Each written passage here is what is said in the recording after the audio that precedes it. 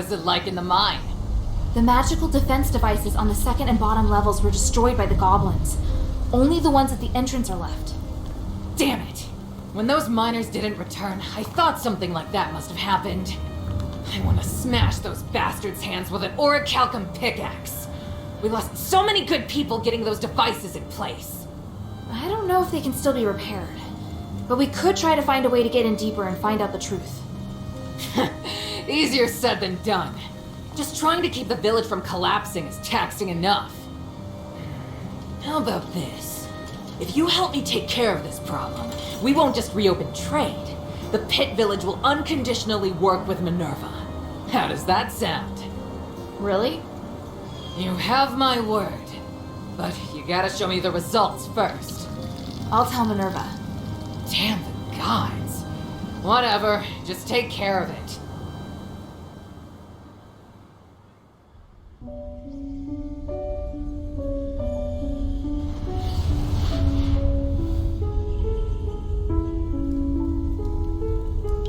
Curiosity drives us forward, leading us to explore the known and challenge the unknown.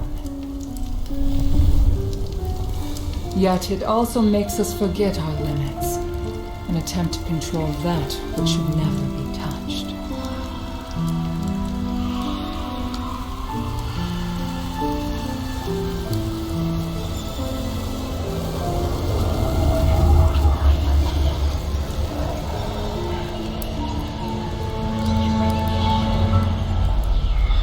The righteous path is always fraught with danger.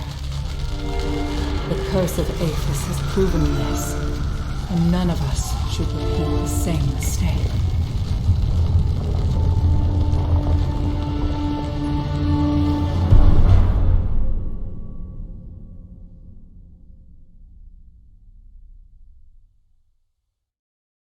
Maybe I should check in with Minerva first.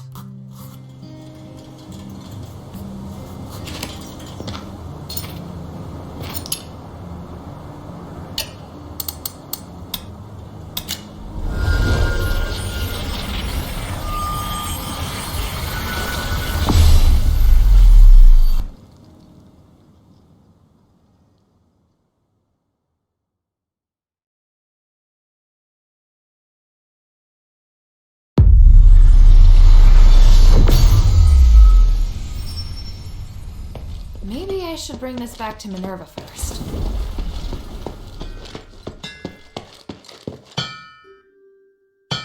You saved innocent people from those evil cultists, sweetie. That's something incredible.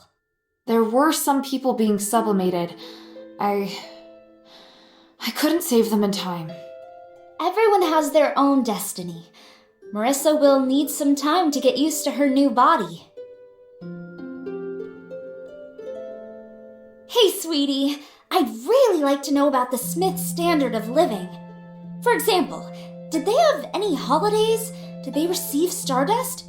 Did they have thick enough clothing? Did they sleep on big, comfortable beds? Were they protected by the soldiers? Did they have women in their numbers? By the gods, I'm worrying too much. It's all right, sweetheart. Forget I asked. Hey, sweetie, what's up?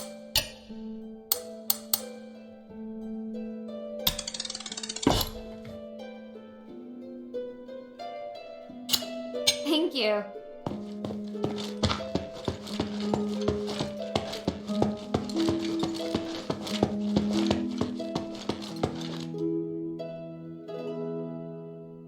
I found and destroyed a magical device in the depths of the mine.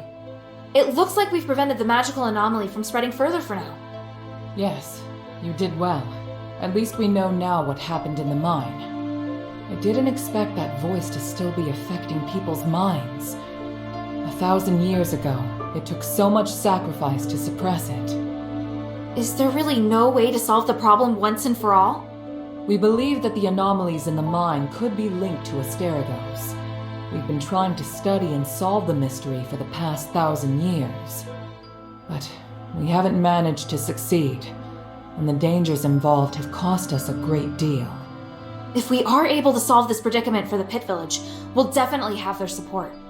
Mistress, I don't think we'll be able to solve the magical anomalies in the mine anytime soon. We're running out of time, and there are more important and pressing missions. We can still give a reply to Abalon. There's no harm in having more allies. They are very stubborn, and they are openly disdainful of the Aristoi. I don't think they really trust you, Mistress. Unless we think of a better explanation and firmly win Abalon's trust.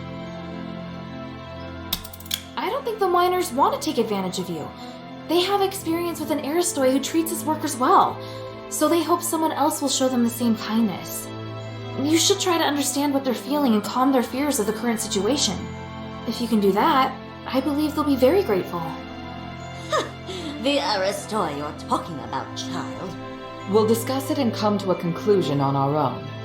We don't need your input, Hilda. It's just a suggestion.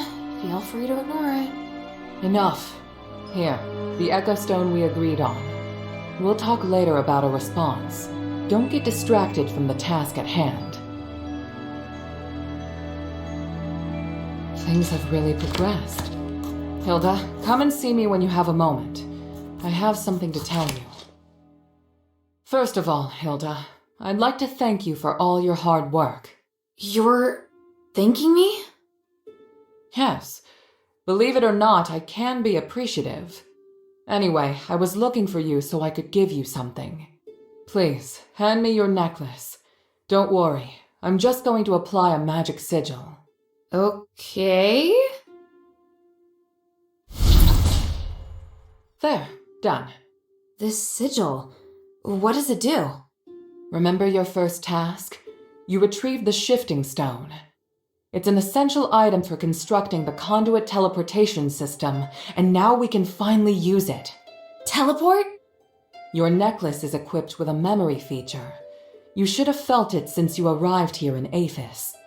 You can use the necklace to sense the conduit in the newly completed array, and then teleport to any conduit location stored in the necklace's memory. So teleportation really is a thing. I can hardly believe it. And the sigil I just added. It's stored a place you haven't yet been to in the necklace's memory. So, now we can go to Laurelcraft together. Us? Laurelcraft? Yes, there's a new objective there. I'll explain more when we arrive. Now you can use the power of teleportation in the shelter's conduit.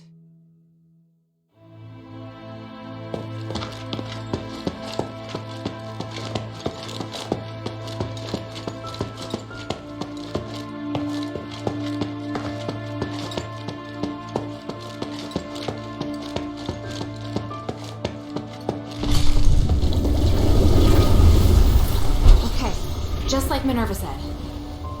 Whoa. This is weird.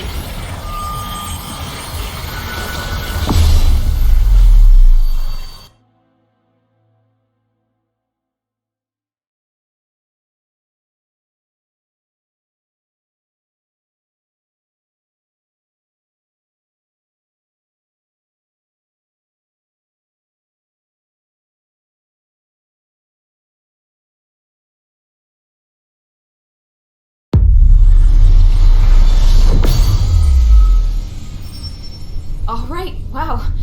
So that's what teleportation feels like.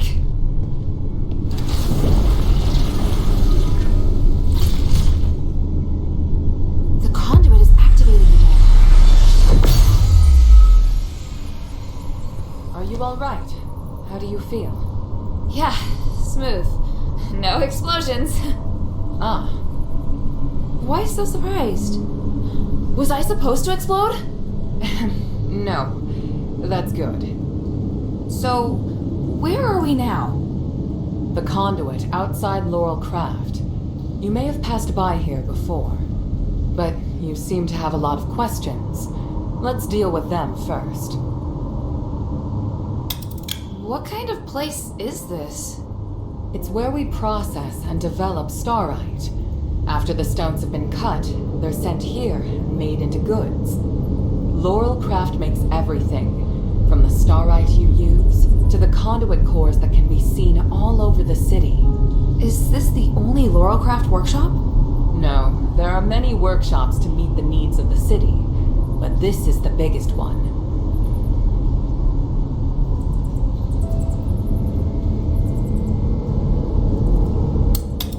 Who manages such an important place?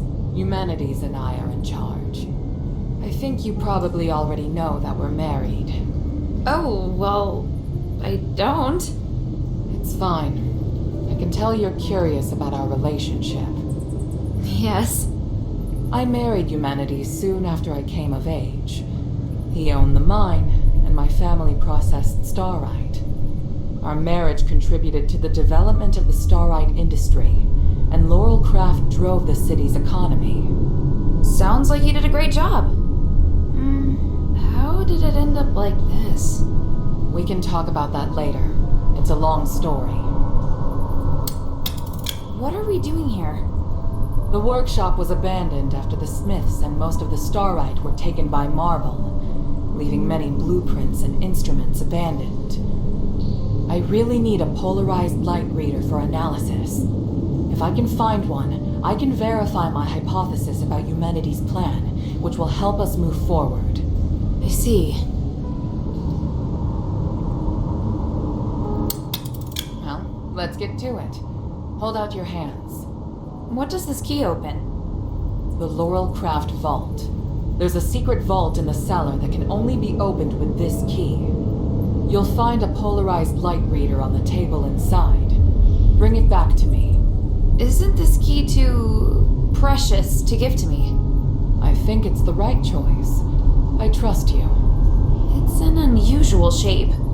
It's made of pure starite, so it's very difficult to duplicate.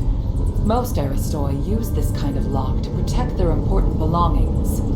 The key is a symbol of the workshop owner. It's no mere luck that you now have it in your possession. What do you mean? I'm speaking literally.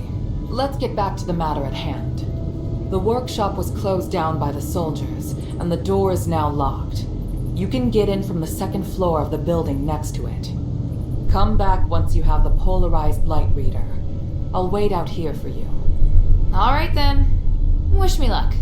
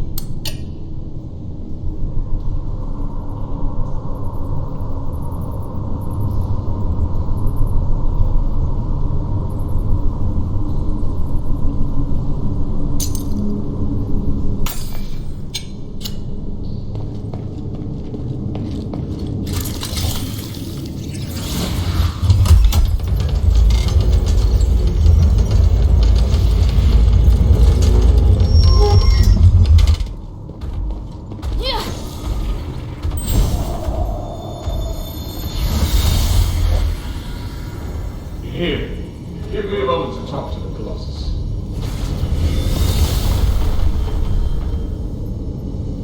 What are you doing? I'm changing the ownership of it, making me its sole master. Just a precaution.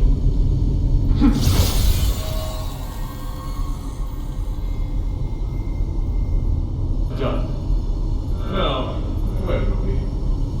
My kingdom and Bari and my king.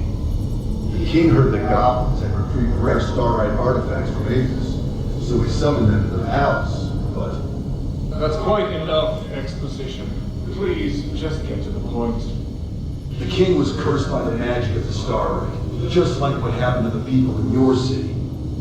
All because of the goblin's thievery, which I have no sympathy for. But the curse of stars in Aegis was a terrible accident. To some extent, your king was a victim. So... I'm glad to help you, noble warrior. The starlight necklace I gave you can protect you from being cursed by magic. Of course, there are starlights with other attributes that can relieve the king's suffering. But if I want to eradicate this curse so that no one will have to worry about it ever again, I must ask for your help now. Can't you let me take the stardust to the king to ease his pain first? That's not the concern right now. We're running out of time. The Trinity is coming. If we miss it, we'll have to wait another millennium for the ritual.